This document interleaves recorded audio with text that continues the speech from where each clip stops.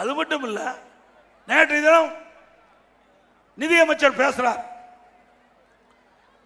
வேண்டுமென்றே எதிர்க்கட்சி தமிழகத்திலே கடன் அதிகமாக வாங்கிவிட்டது என்று. கடன் வாங்கினா கடன் வாங்கினான்னு சொல்ல முடியும், அப்படிதாங்க சொல்ல முடியும். கடன் வாங்கினா கடன் வாங்கினு சொல்ல முடியும். நீங்க என்ன தேர்தல் நேரத்தில் சொன்னீங்க? திமுக ஆட்சிக்கு வந்தா நிதி மேலாண்மை சரி செய்யப்படும் என்று அறிவிப்பு வெளியிட்டீங்க. அதன் அடிப்படையில் தான் நாங்கள் கேள்வி கேட்கிறோம். அதை சரி செய்ய கடன் படிப்படியாக குறைக்கப்படும் சொன்னீங்க. அதன் அடிப்படையில் தான் பிரதான எதிர்க்கட்சி என்ற முறையில் உங்களை நாங்கள் விமர்சனம் செய்கின்றோம், உங்களுக்கு கேள்வி வைக்கின்றோம். நீங்க நிதி மேலாண்மை குழு அமைக்கப்படுறீங்க, குழு அமைச்சீங்க. அந்த குழுல நிபுணர்களை நியமிப்பதா சொன்னீங்க, நிபுணர்கள் நியமிச்சீங்க. இந்த 4 ஆண்டுல இந்த நிபுணர் குழு அமைக்கப்பட்டு இந்த நிபுணர்கள் எல்லாம் அலசி ஆய்ந்து 4,38,000 கோடி கடன் வாங்கிக்கிறாங்க. இந்த குழுனுடைய என்ன வேலை? இந்த குழுனுடைய பணி நிதி மேலாண்மை சரி செய்யும். அதாவது ஏற்கனவே இருக்கிற கடனை குறைக்க வேணும், வருவாயை பெருக்க வேணும். இதுதான் இந்த குழுனுடைய பணி. அதற்கு மாறா கடன் வாங்குறதுக்கு தான் இந்த குழுவை திரு ஸ்டாலின் அமைச்சிருக்கிறார். 4,38,000 கோடி 4 ஆண்டுகளை கடன் வாங்கியிருக்கிறார். இன்னும் ஓராண்டு எஞ்சி இருக்கிறது, 25, 26 இந்த ஆண்டு.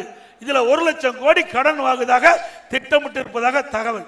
ஆக திராவிட முன்னேற்ற கழகம் 5 ஆண்டு காலம் நிறைவு பெறுகின்ற பொழுது 5,38,000 கோடி கடன் வாங்கி நம்மளை இங்க இருக்கிறீங்க அத்தனை பேர் தமிழ்நாட்டில் இருக்கிற 8 கோடி மக்கள் மீது கடனை சுமத்திட்டு போயிட்டாங்க, கடன்காரன் ஆக்கிட்டாங்க.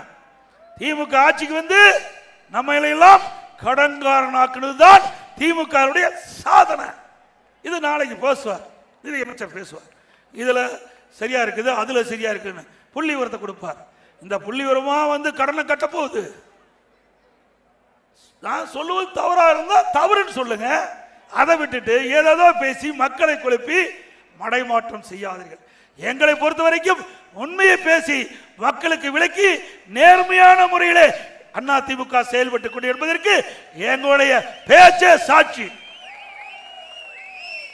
நாங்கள் சொல்லுகின்ற ஒவ்வொரு கருத்தும் உண்மையான கருத்து.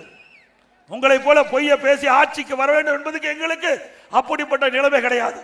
உங்களுக்கு அப்படிப்பட்ட நிலைமை இருக்கின்றது. குடும்ப கட்சி, குடும்ப ஆட்சி, வாரிசு அரசியல், இப்படிப்பட்ட கட்சி திமுக கட்சி. ஆகவே நீங்கள் அப்படித்தான் செயல்படுவீர்கள். அனைத்து இந்திய அண்ணா திராவிட முன்னேற்ற கழகத்தை பொறுத்த வரைக்கும் பொன்மனச்செம்மல் புரட்சி தலைவர் எம்ஜிஆர் காலத்திலும் சரி, புரட்சி தலைவர் அம்மா காலத்திலும் சரி, நான் முதலமைச்சர் இருந்த காலத்திலும் சரி, நேர் வழியிலே பின்பற்றி தமிழகம் வளர்ச்சி பெற, தமிழகம் ஏற்றம் பெற பல்வேறு திட்டங்களை கொண்டு வந்து நிறைவேற்றி நாட்டு மக்களுக்கு நன்மதிப்பை பெற்றிருக்கிறோம்.